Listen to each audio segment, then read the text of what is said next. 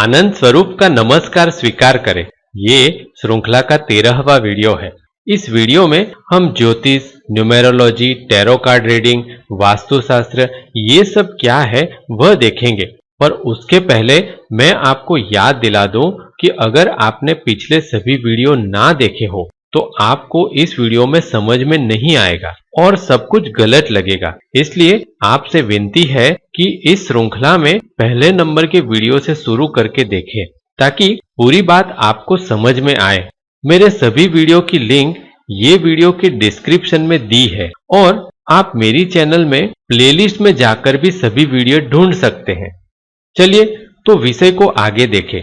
अब तक के वीडियो में हमने देखा कि कैसे नरसी जीवन में बाय प्रोडक्ट की वजह से मनुष्य को ब्रह्मांड का ज्ञान मिल गया और उन्होंने ये ज्ञान बिना सोचे समझे आम मनुष्य को दे दिया। अब उसमें से कुछ ज्ञान काम आया और बहुत सारा ज्ञान ऐसा है जिससे बहुत सारी तकलीफें बढ़ गई। उदाहरण के तौर पर देखें तो उन्होंने आयुर्वेद, ज्योतिष, न्यूमेरोलॉजी वगैरह का ज्ञान दिया। उसमें से आयुर्वेद जैसा ज्ञान काम आया और ज्योतिष, न्यूमेरोलॉजी जैसे ज्ञान से बहुत सारी दूसरी तकलीफें शुरू हुई। यहाँ ये याद रखना है कि मैं ये नहीं कहना चाहता कि ये सब गलत है। असल में हुआ ये है कि जैसे हम पहले से देखते हैं कि जीवात्मा जगत में दो भाग हो गए हैं, एक स्त्रैणचित्त या देव योनि का भाग और दूसरा पुरुष चित्त या दानव योनि का भाग। तो होता यह है कि हम पूरे समय दो भाग में बटे रहते हैं। तो ज्योतिष, न्यूमेरोलॉजी, वास्तु ये सब में मानने में भी दो भाग हो गए हैं। देव योनि वाले ये सब के खिलाफ है और दानव योनि वाले ये सब के पक्ष में है, पर सत्य ठीक बीच में है। इसलिए उसे समझना बहुत मुश्किल है। और हुआ यह है कि हमारे अंदर अभी बहुत सारे सोल पार्ट पड़े हैं। तो कभी हम पुरुष चित्त के हिसाब से सोचते हैं तो कभी हम स्त्रैण चित्त के हिसाब से सोचते हैं। ऐसा भी होता है कि सुबह हम स्त्रैण चित्त में हो और शाम को पुरुष चित्त में, तो समस्या बढ़ जाती है। तो यहाँ मैं जो कुछ बताता हूँ तो वह भी समझना मुश्किल है, क्योंकि पुरुष चित्त वाले ज्योतिष, न्यूमेरोलॉजी, वास्तु ये सब मानने के पक्ष में होंगे और स्त्रैण चित्त वाले ये सब को ना मानने के पक्ष में होंगे। आमतौर पर भी ये होता है कि हम ये सोचते हैं कि ज्योतिष, न्यूमेरोलॉजी, वास्तु वगैरह में मानने वाले धार्मिक लोग हैं तो वह स्त्रैण चित्त या देव योनि में आएंगे और ना मानने वाले अधार्मिक पक्ष यानी दानव योनि में आएंगे। पर सत्य बिल्कुल उल्टा है, इसलिए उसे माया भी कहा जाता है। असल में दानव योनि वाले यानी पुरुष चित्त ज्योतिष, न्यूमेरोलॉजी, वास्तु ये सब करके जीवन को बचाने के पक्ष में है और देव योनि यानी स्त्रैण चित्त वाले उसके खिलाफ है। मैं ना पक्ष में हूँ ना खिलाफ हूँ, क्योंकि मैं ठीक बीच में हूँ। इसलिए मेरी बात समझना दोनों पक्ष वालों के लिए मुश्किल है। तो ये पूरी वीडियो में ज्यादा जल्दी ना करना। मैं क्या कहना चाहता हूँ वह समझने की कोशिश करना। अगर समझ ना आए तो छोड़ देना, पर कोई राय ना बना लेना कि मैं ज्योतिष के खिलाफ हूँ या ज्योतिष के पक्ष में हूँ। चलिए तो पहले ये देखें कि ये सब ज्ञान में समस्या क्या है।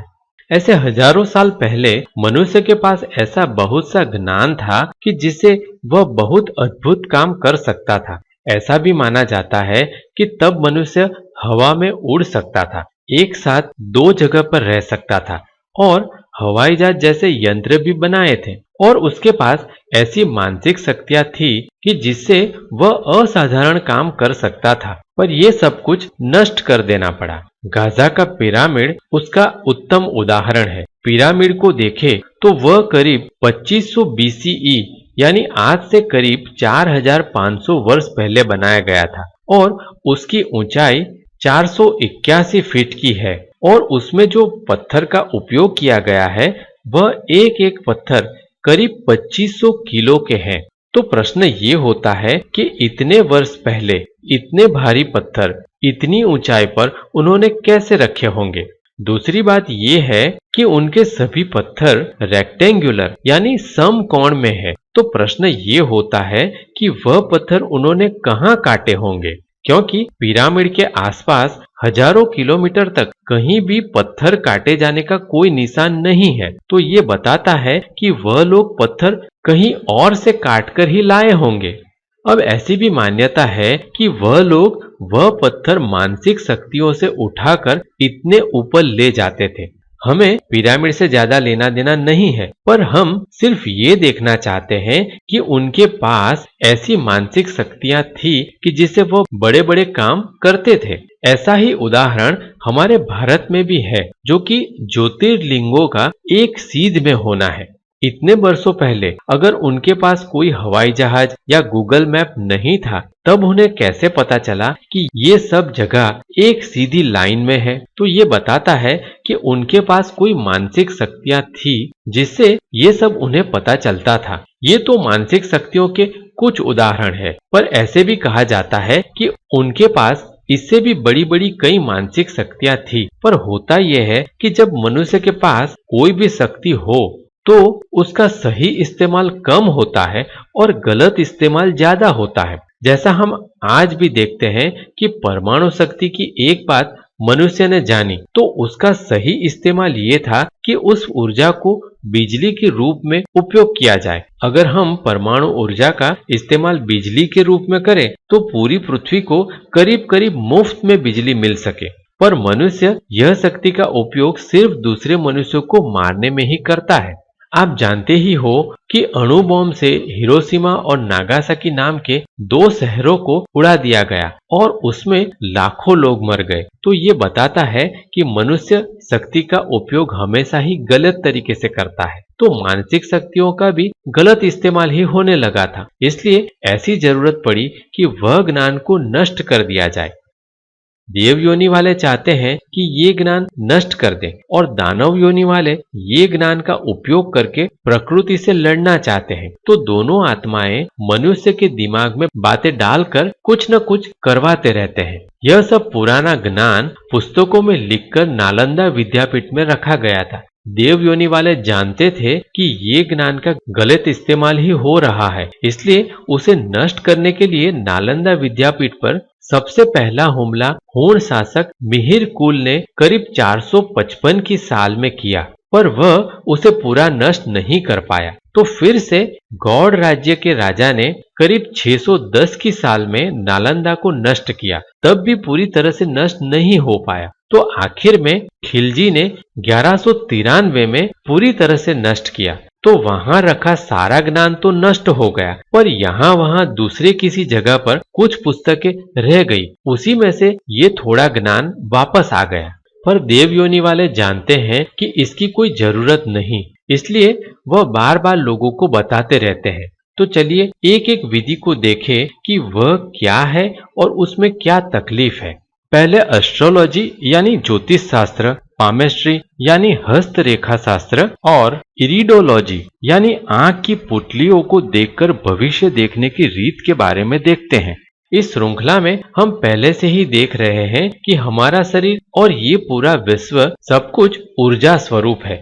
ऊर्जा घनीभूत होकर पदार्थ बनता है और वह पदार्थ से हमारा शरीर बनता है। तो ये पूरे विश्व में जो दूसरी वस्तु है, जैसे चंद्रमा और दूसरे ग्रह वगैरह, उसकी ऊर्जा का प्रभाव भी हमारे शरीर और मन पर पड़ता है। उससे हमारे शरीर की आयु और हमारे सोचने के तरीके में फर्क आता है। पर प्रश्न ये होता है कि जो बातें हम ज्योतिष से जान सकते हैं, उसे जानने की कोई जरूरत है या नहीं? इस बात को उदाहरण से देखते हैं। ज्यादातर लोग नौकरी के लिए, शादी करने के लिए, विदेश जाने के लिए वगैरह सब कामों के लिए ज्योतिष की मदद लेते हैं। ऐसा मान ले कि एक व्यक्ति विदेश जाना चाहता है, तो वह ज्योतिष को पूछता है, क्या मैं विदेश जा सकता हूँ? अगर ज्योतिष के हिसाब से ना हो तो उसे कुछ उपाय बताए जाते हैं। वह उपाय करके या शुभ समय देखकर वह विदेश जाने की सब कार्यवाही करता है और विदेश चला भी जाता है। पर अब इसमें ये कौन नक्की करेगा कि उसका भविष्य विदेश में अच्छा था या उसके अपने देश में? हो सकता है कि उसके कर्म के हिसाब से उसे देश में ही रहना उचित था।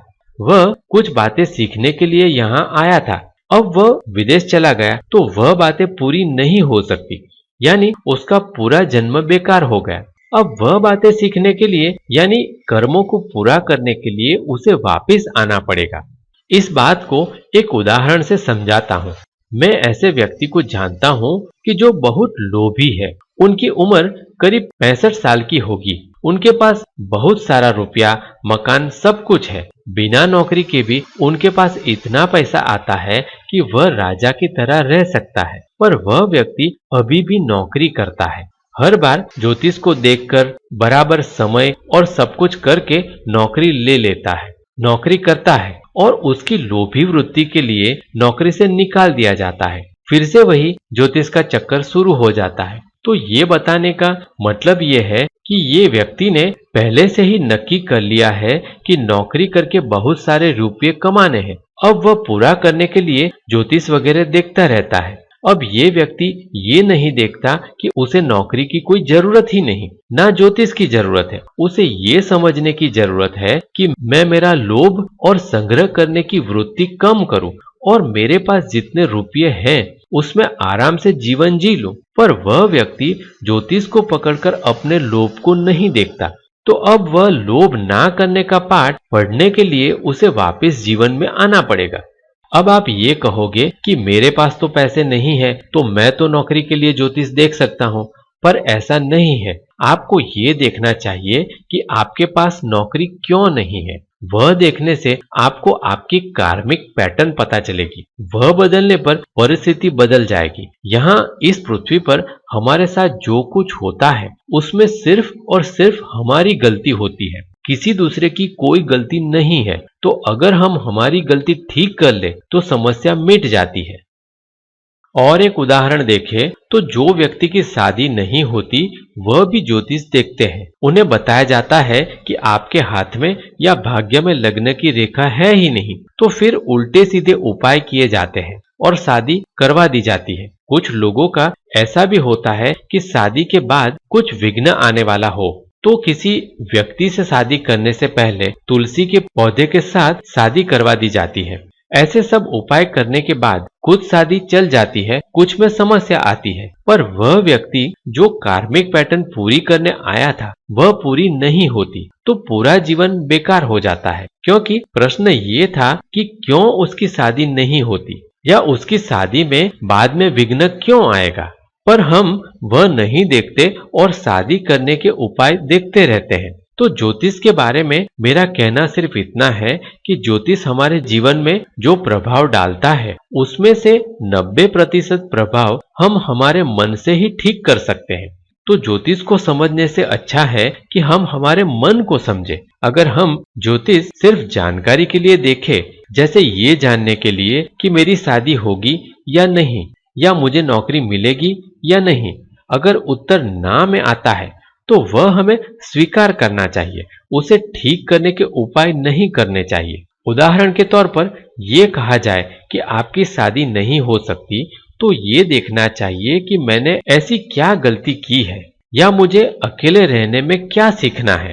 हो सकता है कि आपने पिछले जन्म में आपके साथी की कदर ना की हो, तो वह पाठ सीखने आप वापिस आए हो। अगर हम वह पाठ सीख लेंगे तो परिस्थिति तुरंत ही बदल जाएगी। और जब तक पाठ सीखते नहीं तब तक हमें वापस ये जीवन में आना पड़ेगा। अगर हम वह पाठ सीख लेंगे तो परिस्थिति तुरंत ही बदल जाएगी। और जब तक पाठ सीखते नहीं तब तक हमें वापस ये जीवन में आना पड़ेगा। और अगर हर बार ज्योतिष देखकर हम कुछ ठीक करेंगे तो वापस वही जीवन मरण के चक्कर में बने रहेंगे। हमारी तकलीफ ये है कि हम पहले एक बात नक्की कर लेते हैं। ये हमारी मान्यता है कि सबकी शादी होनी ही चाहिए, सबको नौकरी मिलनी ही चाहिए, विदेश जाना ही अच्छा है, वगैरह वगैरह।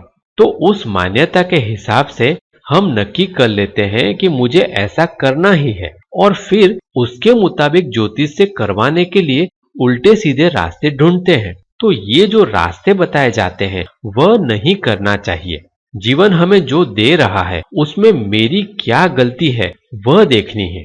अगर हम हमारी गलती सुधार लेंगे तो आगे जीवन नहीं लेना पड़ेगा। अब हम न्यूमेरोलॉजी यानी अंक शास्त्र, ज्योमेट्रिया और पाइथागोरियन न्यूमेरोलॉजी यानी वर्णमाला को अंक में गिनती करके उसके हिसाब से भविष्य देखने की रीत को देखें तो उसमें भी कुछ गिनती से ये देखा जाता है कि व्यक्ति का भविष्य क्या होगा। तो हमें पहले ये देखना होगा कि कुछ नंबर का इतना महत्व कैसे होता है। न्यूमेरोलॉजी को देखें तो उसमें 0 से लेकर 9 तक के अंक है।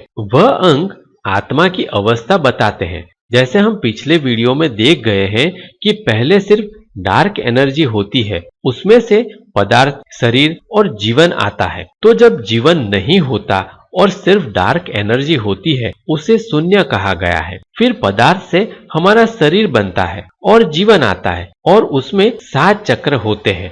वह बात हम पहले ही देख चुके हैं।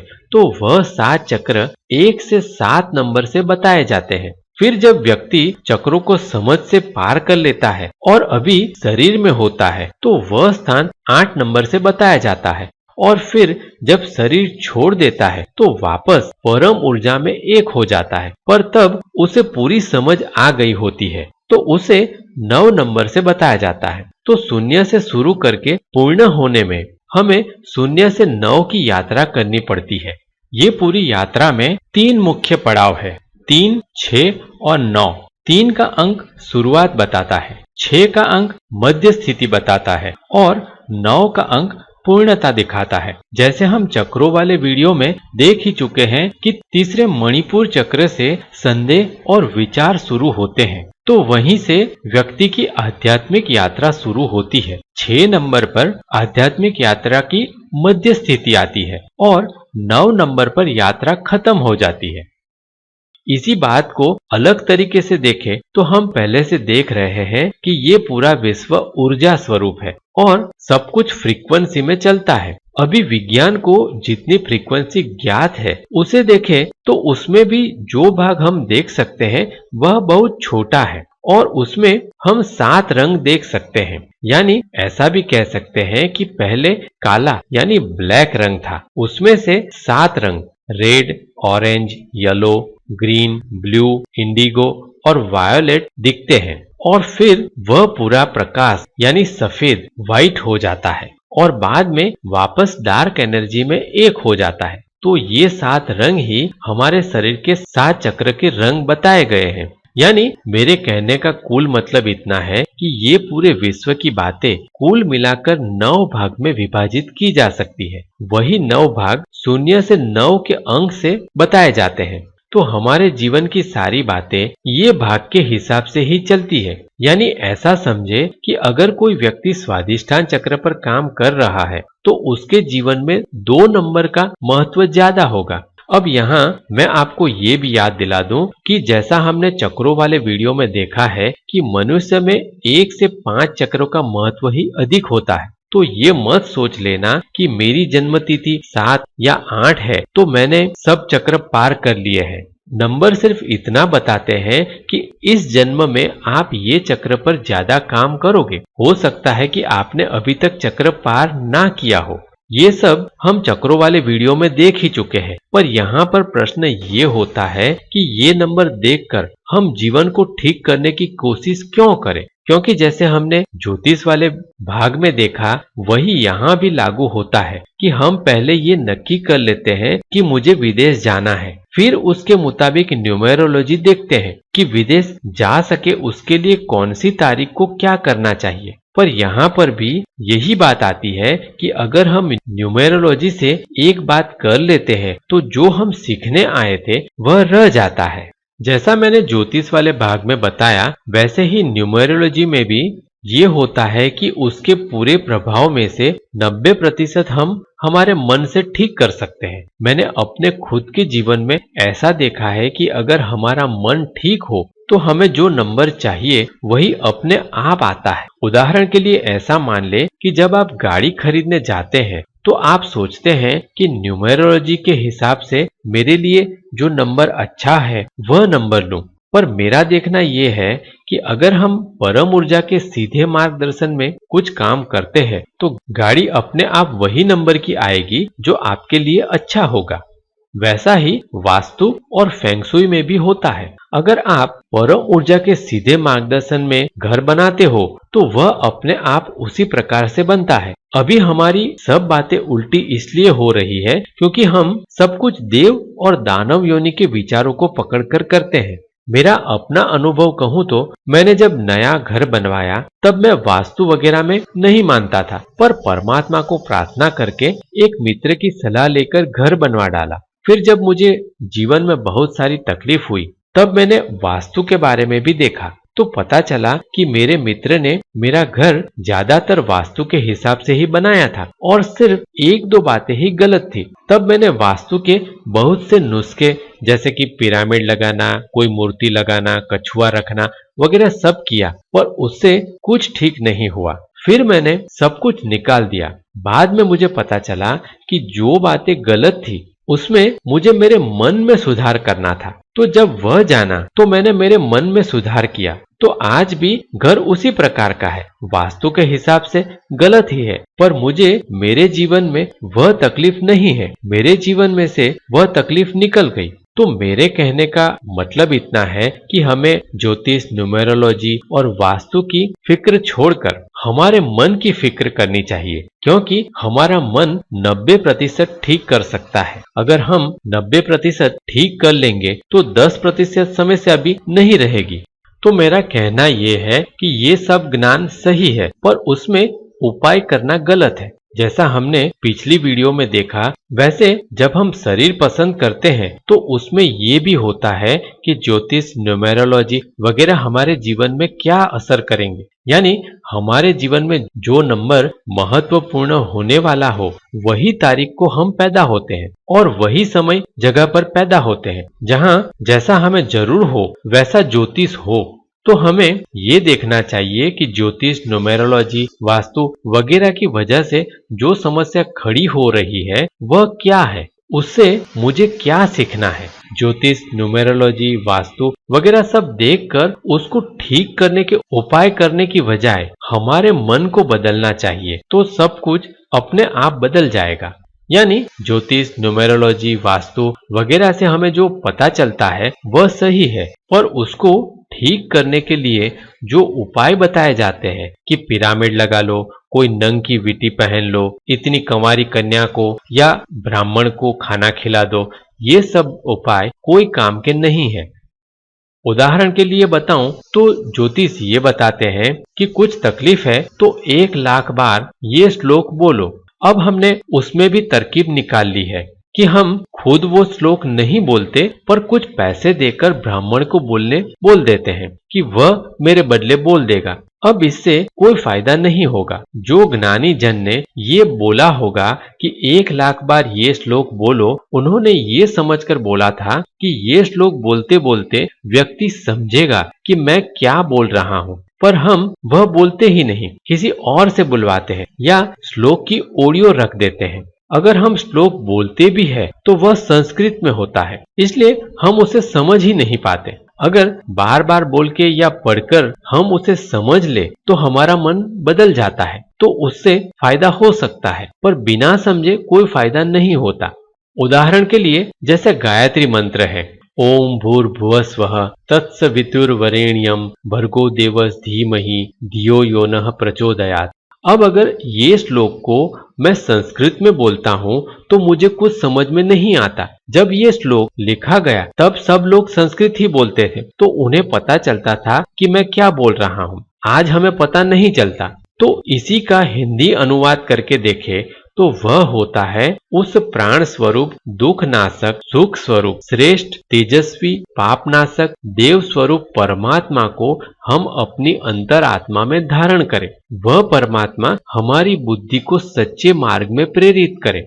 अब ये मैं समझ सकता हूँ कि इसमें ऐसा कहा गया है कि परमात्मा मेरी बुद्धि को सच्चे मार्ग पर जाने के लिए प्रेरित करे, तो मुझे पता चलता है कि मुझे सब बातों के लिए परमात्मा पर भरोसा रखना है। अब अगर ये बात मैं बार बार हिंदी में पढ़ता हूँ तो मुझे याद रहेगा कि मुझे हर बात के लिए परमात्मा पर भरोसा रखना है और अपने आप से सब कुछ ठीक करने नहीं जाना।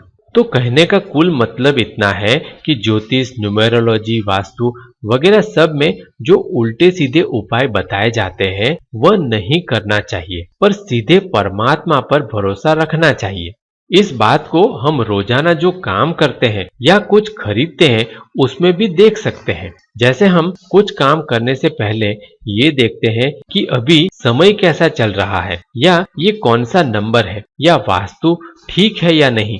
अब अपनी अपनी बात मनवाने के लिए देव योनि और दानव योनि वाले दोनों ही हमारे मन में विचार डालते रहते हैं। तो अब मैं आपको ये बताऊं कि आप दोनों में से किसी एक भाग में कैसे फंस जाते हैं। ऐसा सोच ले कि आप एक जमीन का टुकड़ा खरीदना चाहते हैं। जब आप पूछते हो तो पता चलता है कि जमीन का मालिक वह जमीन नहीं बेचना चाहता, और आपका मित्र भी कहता है कि तुझे अभी जमीन खरीदने की जरूरत नहीं है। तो ये परम ऊर्जा से सीधा संकेत हो गया कि आपको ये जमीन खरीदने की जरूरत नहीं है। पर जैसा हम पहले से देखते हैं कि हमने हमारा मन इतना भर लिया है कि हमें परम ऊर्जा का सीधा ज्ञान पता ही नहीं चलता। तो अभी आप इस बात में देव और दानव योनि के विचार कैसे पकड़ते हैं वह देखें। तो पहले आप ज्योतिष को पूछते हो, वह बताता है कि ये तकलीफ है, तो वह कुछ विधि बताता है कि ऐसा ऐसा करवा लो। अब देव योनि वाले उसके खिलाफ है, तो वह आपके मन में विचार डालते हैं कि विधि करवाने की कोई जरूरत नहीं है, ये जमीन नहीं पर दूसरी जमीन खरीदो। और दानव योनि वाले आपके मन में विचार डालते हैं कि विधि करवाकर ये ही जमीन अपने नाम करवा लो। फिर आप न्यूमेरोलॉजी के पास जाते हो, तो वह बताता है कि ये तारीख को ऐसा करो तो जमीन आपकी हो जाएगी। तब भी देव योनि वाले बताते हैं कि ये मत करो। दानव योनि वाले बताते हैं कि ये कर दो। फिर आप वास्तु देखते हो, अगर वास्तु वाला कहता है कि जमीन का वास्तु अच्छा नहीं है तो ये विधि करवानी पड़ेगी, तो देव योनि वाले आपके मन में विचार डालते हैं कि देखो जमीन का वास्तु भी अच्छा नहीं है तो दूसरी जमीन खरीद लो। दानव योनि वाले ये विचार डालते हैं कि कुछ भी हो जाए, वास्तु खराब हो तो कुछ विधि करवा लो, पर यही जमीन हमारे नाम पे होनी चाहिए। आप दोनों द्वंद के बीच में पिसते रहते हैं। अब अगर आप जीवन में हमेशा देव योनि के विचार पकड़ते हो तो वह पकड़ोगे, और अगर आप दानव योनि के विचार पकड़ते हो तो वह पकड़ोगे। पर यहाँ पर अभी सिर्फ समझ के लिए हम दोनों को देखेंगे। ऐसा सोचे कि आप देव योनि के विचार पकड़कर विधि तो नहीं करवाते पर दूसरी कोई जमीन खरीद लेते हैं। अब उसके बाद जब भी कोई तकलीफ होती है तो दानव योनि वाले आपके मन में विचार डालते हैं कि देखा विधि करवाने को बोली थी, नहीं करवाई और दूसरी जमीन खरीद ली, इसीलिए तकलीफ है। और अगर आप दानव योनि की बात मानकर विधि करवा लेते हो और वह जमीन खरीद लेते हो और फिर कोई तकलीफ होती है तो देव योनि वाले आपके मन में विचार डालते हैं कि देखा विधि करवाने को ना बोला था, ये जमीन खरीदने को ना बोला था, फिर भी विधि करवाई, वही जमीन खरीदी, इसीलिए तकलीफ है। अब असल में परम ऊर्जा ने सीधे विचार से पहले ही बता दिया था कि कोई जमीन खरीदने की कोई जरूरत नहीं है, फिर भी आपने खरीदी तो तकलीफ तो होने ही वाली थी। पर अब ये तकलीफ में आप दो विचारों के बीच में फंस जाते हो और पूरी जिंदगी तकलीफ में रहते हो। अब परम ऊर्जा की सीधी बात समझना मुश्किल है, क्योंकि वह बात बहुत सरल और साफ होती है, पर हमें इसलिए पता नहीं चलता क्योंकि हमने पहले से देव या दानव योनि की बातें पकड़कर अपने मन को भर लिया है। हमने पहले से ही मान रखा है कि पैसे होंगे, जमीन होंगी तो ही अच्छा है। ये बात हम पिछली वीडियो में देख ही चुके हैं कि कैसे हम भविष्य की चिंता करके वर्तमान में निर्णय लेते हैं। हम देव और दानव योनि में बटे हैं, इसलिए हमें परम ऊर्जा की सीधी बात हमेशा ही बुरी लगती है या समझ में नहीं आती। जैसा हमने जो उदाहरण देखा उसमें आप ये ही कहोगे कि जमीन खरीद करना तो अच्छा है, हमारे पास जितना ज्यादा पैसा होगा उतना अच्छा है, पर वह बात हमेशा अच्छी नहीं होती। और परम ऊर्जा बार बार नहीं कहती, एक ही बार कहती है, और हम अपने से खड्डे में गिरना चाहे तो मौत से गिरने देती है, क्योंकि परम ऊर्जा कोई व्यक्ति नहीं है पर ऊर्जा है, और ये सब कुछ फ्रीक्वेंसी के हिसाब से चलता है। तो हम जैसी सोच रखेंगे ऐसी ही फ्रीक्वेंसी हम पर आने लगेगी। तो हमें परम ऊर्जा का सीधा ज्ञान समझने के लिए खुद ही देखकर देव और दानव योनि के ज्ञान को छोड़ना पड़ेगा। परमात्मा का सीधा मार्गदर्शन ढूंढने के लिए बहुत लोग टैरो कार्ड वगैरह देखते हैं। अब टैरो कार्ड में भी वही तकलीफ है कि अगर हमारा मन देव या दानव योनि के विचारों से भरा हो तो हम वही समझ लेते हैं और कार्ड असल में क्या कहना चाहता है वह नहीं समझ पाते। और जैसा हमने पिछली पास्ट लाइफ वाली वीडियो में देखा, वैसे ही बहुत सी गलत आत्मा घूमती है, वह टैरो कार्ड रीडर को भी भ्रमित कर देती है। तो वह आपके लिए जो रीडिंग करता है वह भी गलत हो सकता है। असल में टैरो कार्ड पूरा ऊर्जा की फ्रीक्वेंसी के हिसाब से चलता है। जब आप कोई कार्ड पसंद करते हो तो आपकी फ्रीक्वेंसी कैसी है उसके मुताबिक ही आप कार्ड पसंद करते हो। तो उस समय आपके मन में जो विचार आए उसे देखना चाहिए। उसके लिए पहले आपका अपना मन देव और दानव योनि के विचारों से मुक्त होना चाहिए। ऐसे ही टैरो कार्ड रीडर या रेकी करने वाले का मन भी देव और दानव योनि के विचारों से मुक्त होना चाहिए, पर वह नहीं होता।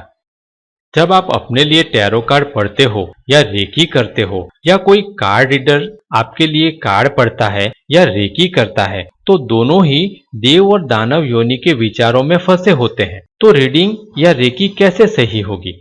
उदाहरण के लिए आप पहले ही ये नक्की कर लेते हो कि मुझे विदेश जाना है या शादी करनी है, फिर आप टैरो देखते हो या रेकी करते हो और फिर सोचते हो कि ये सही क्यों नहीं होता। तो आपने पहले ही ये मान लिया है कि ये सही होना चाहिए। अगर सही नहीं होता तो आप उदास हो जाते हो। हाँ, अगर आप ऐसा करते हो कि देखे मेरे लिए विदेश जाना है या नहीं और टैरो कार्ड ये कहता है कि विदेश जाना नहीं है, तो आप ये सोचते हो कि कोई बात नहीं, परमात्मा की इच्छा नहीं है तो मैं नहीं जाऊंगा, तो ये सही हुआ। पर हम ऐसा नहीं करते। हम उसे पूछते हैं कि कोई ऐसा रास्ता निकालो कि परमात्मा की इच्छा को हटाकर विदेश जाना हो जाए या शादी करना हो जाए। तो ये जो उपाय हमने किया वह नहीं करना चाहिए। तो अगर आपको टैरो कार्ड का उपयोग करना है या रेकी करनी है तो खुद ही करना चाहिए, किसी के पास करवाना नहीं चाहिए। फिर जब आप कार्ड पसंद करते हो उसके बाद वह कार्ड देखते समय आपके मन में क्या विचार आते हैं वह देखना है, उस विचार को समझना है। ज्योतिष, न्यूमेरोलॉजी, वास्तु, टैरो या दूसरे जितने भी भविष्य देखने के और उसे ठीक करने के उपाय है, वह सब में एक बात याद रखनी चाहिए कि हमें पहले ये देखना है कि हम देव योनि की बात पकड़ रहे हैं या दानव योनि की।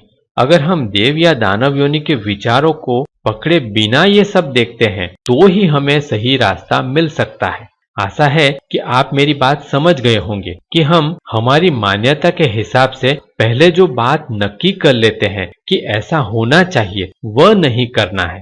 अगर हम देव या दानव योनि के विचार पकड़कर पहले ही बात को नक्की कर ले कि मुझे ये ही करना है और बाद में ज्योतिष, न्यूमेरोलॉजी, वास्तु, टैरो, रेकी या दूसरा कुछ भी देखे तो कोई फायदा नहीं होगा। तो हमें पहले हमारे मन को साफ करना पड़ेगा। तो हमारा मन जिससे बिगड़ता है वह देव और दानव योनि के देवदूत, प्रेतात्मा, डायन, चुड़ैल ये सब क्या है वह हम आने वाले वीडियो में देखेंगे।